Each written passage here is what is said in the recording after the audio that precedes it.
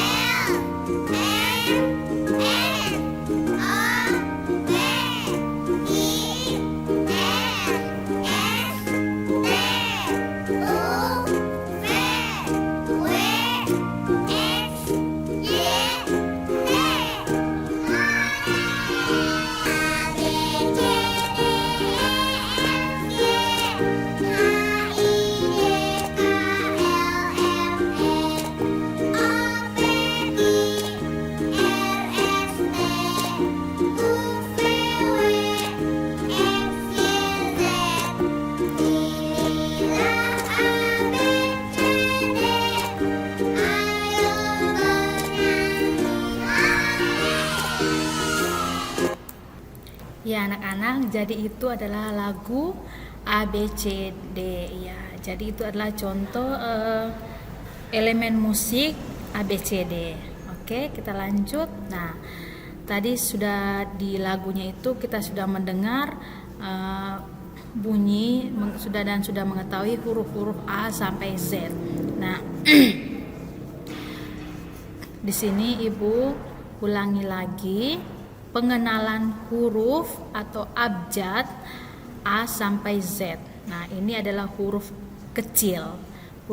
Huruf kecil A, B, C, D, E, F, G, H,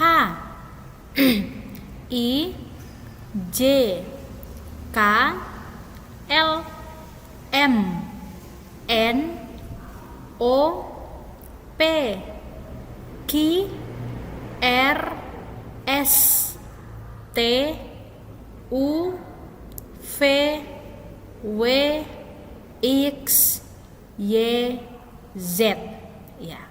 Jadi ini adalah kumpulan huruf atau abjad A sampai Z. Nah, nanti anak-anak jangan lupa untuk mengulangi lagi agar anak-anak bisa tahu, oh ini adalah huruf A, ini adalah huruf B, ini adalah huruf C. Ya anak-anak. Oke. Sekarang yang berikutnya sekarang kita mengenal bilangan. Nah, bilangan itu ada bilangan 1 sampai 10. Nah, 1 berarti jumlahnya cuma 1. Lihat di sini contohnya ya. Di sini ada contoh seorang siswa hanya 1. Nah, berarti ini angka 1-nya. Terus 2, angka 2, nah, berarti jumlahnya ada 2. Nah, di sini anak-anak perhatikan di sini ada 2 siswa di sini. Dan yang berikut angka 3. Angka 3 berarti memiliki jumlahnya ada 3, ada 1, 2, 3 ya, ada 3 orang. Yang berikut angka 4. 4 berarti banyaknya orang ada 4. Ada 1, 2, 3, 4 ya. Berarti jumlahnya ada 4 orang di sini. Sekarang angka 5. Angka 5 berarti jumlahnya ada 5. Di sini jumlah orang atau jumlah siswa-siswi di sini ada 5 orang ya. 1, 2, 3, 4, 5. Kemudian angka 6. Angka 6 berarti jumlah pensil di sini ada 6. Ya, coba kita hitung sama-sama. 1, 2, 3, 4, 5, 6. Ya. Sekarang angka 7. Angka 7 berarti jumlah kursi di sini ada 7. Jumlah kursi atau jumlah benda jumlahnya ada 7. Mari kita hitung. 1, 2, 3, 4, 5, 6, 7. Sekarang 8. Nah, 8 berarti di sini jumlah penggarisnya itu ada 8. 1, 2, 3, 4, 5, 6, 7, 8. Nah, kemudian angka 9. 9 berarti jumlah benda itu harus 9 juga sama dengan ini ya. 9. Mari kita hitung. 1, 2, 3, 4, 5, 6, 7, 8, 9. Dan yang terakhir 10. Nah, jumlah penghapus di sini ada 10. Mari kita hitung. 1, 2, 3, 4, 5, 6, 7, 8, 9, 10. Baik anak-anak, itu adalah pengenalan huruf dan angka. Nah, berbicara mengenai huruf dan angka, maka anak-anak bisa kita mempelajari yang pertama yaitu tentang huruf vokal. Nah, huruf vokal itu berarti ada 5 huruf saja sayang. Jadi huruf vokal itu hanya ada 5 huruf, yaitu huruf A, ini A besar dan A kecil. Huruf I besar, I kecil. Huruf U besar, U kecil. Huruf E besar, E kecil. Dan huruf O besar, O kecil. Ya, Ibu ulangi. Huruf vokal itu ada 5, yaitu huruf A, I, U, E, O. Ya. Nah, di sini ada latihan latihan soal. Mari kita sama-sama anak-anak dengan ibu, kita sama-sama melihat dan mengenal huruf vokal. Nah, huruf vokal, huruf kecil dan huruf besar. Nah, kita cocokkan. Misalnya huruf vokal A, ini huruf besar. A itu ada di mana? Mari kita lihat. Nah, jadi huruf vokal A ini huruf kecilnya A dan huruf besarnya ada di sini. Kita garis agar dia kita bisa tahu huruf kecil dan huruf besarnya. Oke. Yang berikut huruf U. Ini huruf U ini berarti ini huruf kecil. Nah, deretan di sini huruf kecil dan sebelah sini huruf besar. Kita cocokkan huruf kecil dan huruf besar. Sekarang huruf U, ini huruf U kecil. Sekarang huruf U besarnya ada di mana? Mari kita lihat. Iya. Jadi huruf U besarnya ada di sini. Ya, ini U kecil dan U besar. Sekarang huruf O. Huruf O kecil, maka O besarnya ada di sini. Jadi O kecil dan O besar. Sekarang huruf E kecil. Sekarang E besarnya ada di mana? Iya, jadi E besarnya ada di atas sini ya. Jadi ini E kecil dan ini E besar. Dan yang terakhir huruf I. Nah, I kecil dan I besar. Oke anak-anak, sudah mengerti? Kalau gitu kita lanjut. Nah, setelah mengenal huruf vokal ini kan ada 5 tadi toh. Nah, sekarang kita mengenal huruf konsonan. Nah, huruf konsonan ini berarti sisa dari huruf vokal tadi. Berarti ada 21.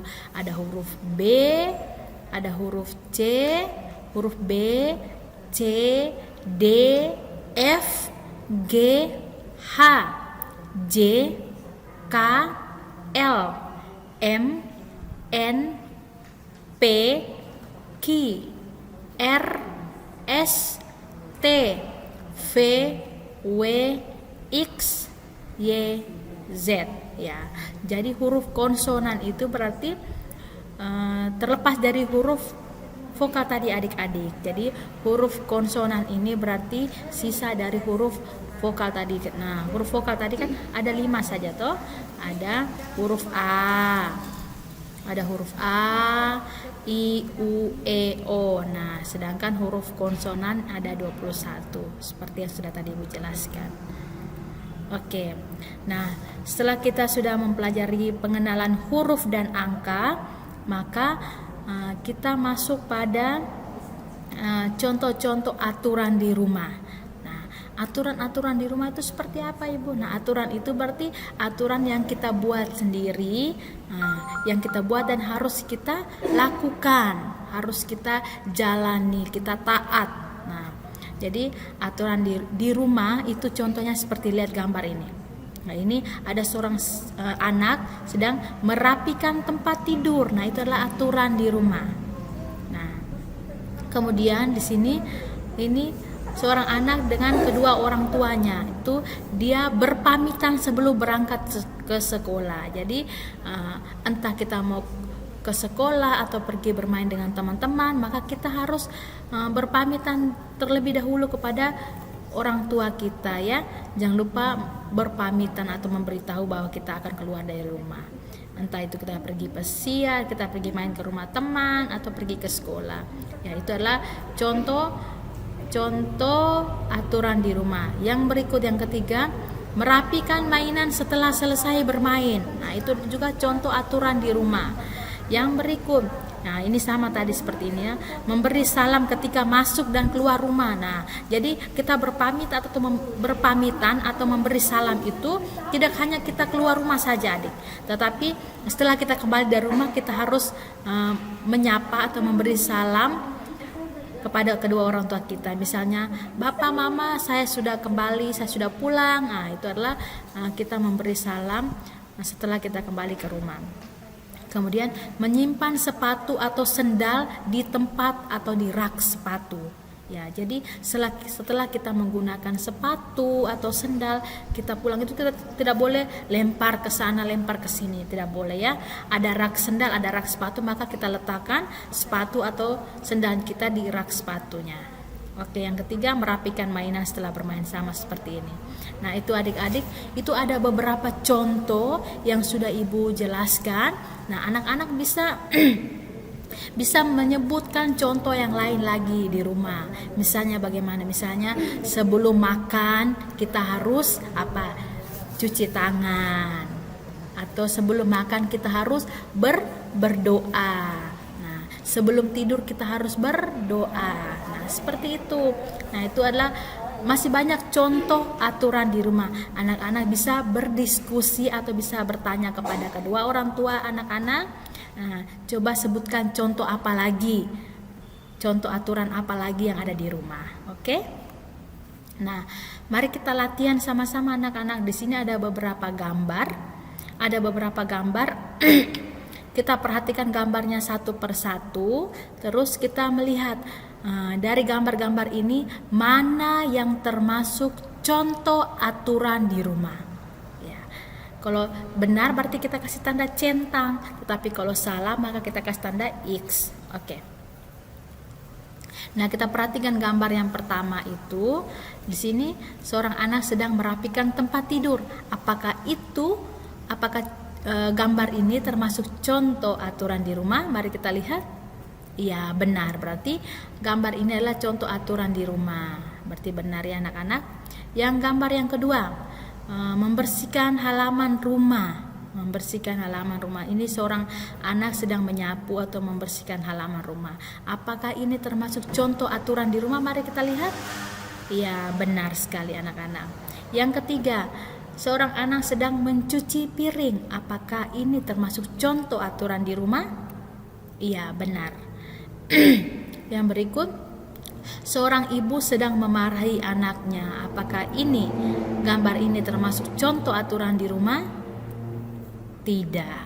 Ya, tidak ya. Jadi seorang ibu sedang memarahi anaknya ini, entah itu anaknya nakal atau tidak, itu bukan merupakan contoh aturan di rumah. Itu adalah misalnya kita menegur, misalnya kedua orang tua, jika anak itu membuat kesalahan, maka tugas orang tua adalah menegur, tetapi dengan cara jangan dipukul ya, cukup ditegur saja.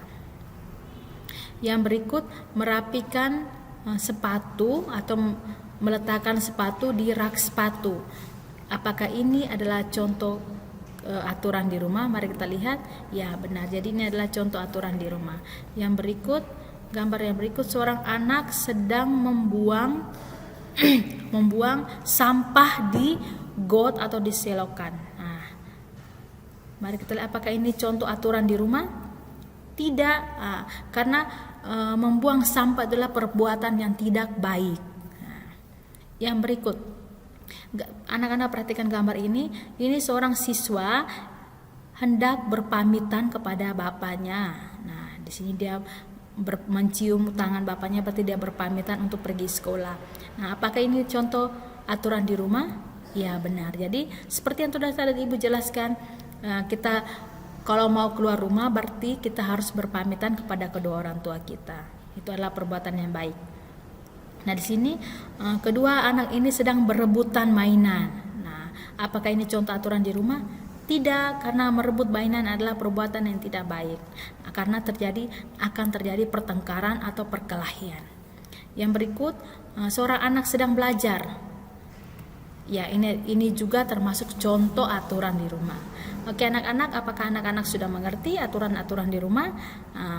Anak-anak bisa menyebutkan contoh lagi aturan apa saja yang ada di rumah. Oke. Sekarang di sini kita lihat, kita berlatih membilang benda dari 1 sampai 10. Kita cocokkan dengan lambang bilangannya. Kita cocokkan benda ini dengan lambang bilangannya. Contoh, Ibu kasih contoh.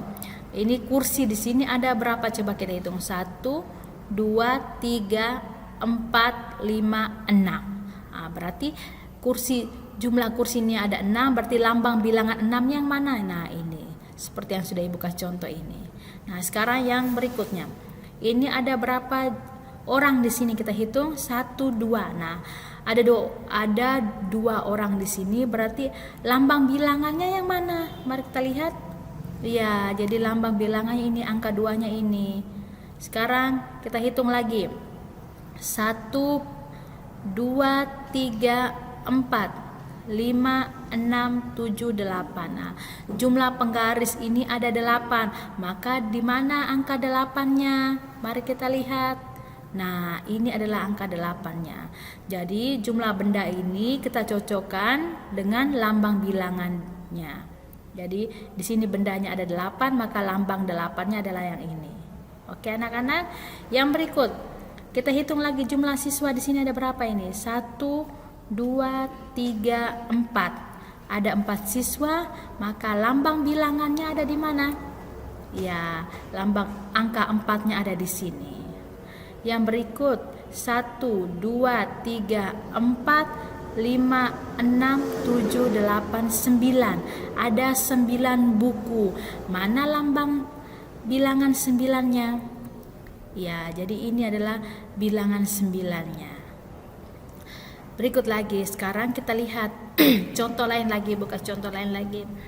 Di sini kita hitung jumlah benda di sini. Misalnya di sini ada tas, ada berapa tasnya? 1, 2, 3, 4. Nah, maka lambang bilangan sesuai dengan jumlah benda di atas yang mana? Apakah ini angka ini atau ini? Ya, kita cocokkan. Jadi anak-anak bisa hitung dulu jumlah bendanya ada berapa, baru kita cocokkan dengan lambang bilangannya. Nah, jadi tas di sini ada berapa? 1, 2, 3, 4. Nah, berarti lambang bilangan angka 4-nya yang mana? Angka 4-nya yang ini ya. Jadi ini salah.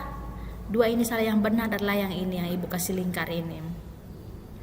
Ini adalah angka 4 sesuai dengan jumlah tas ini. Oke anak-anak, sekarang yang nomor 2.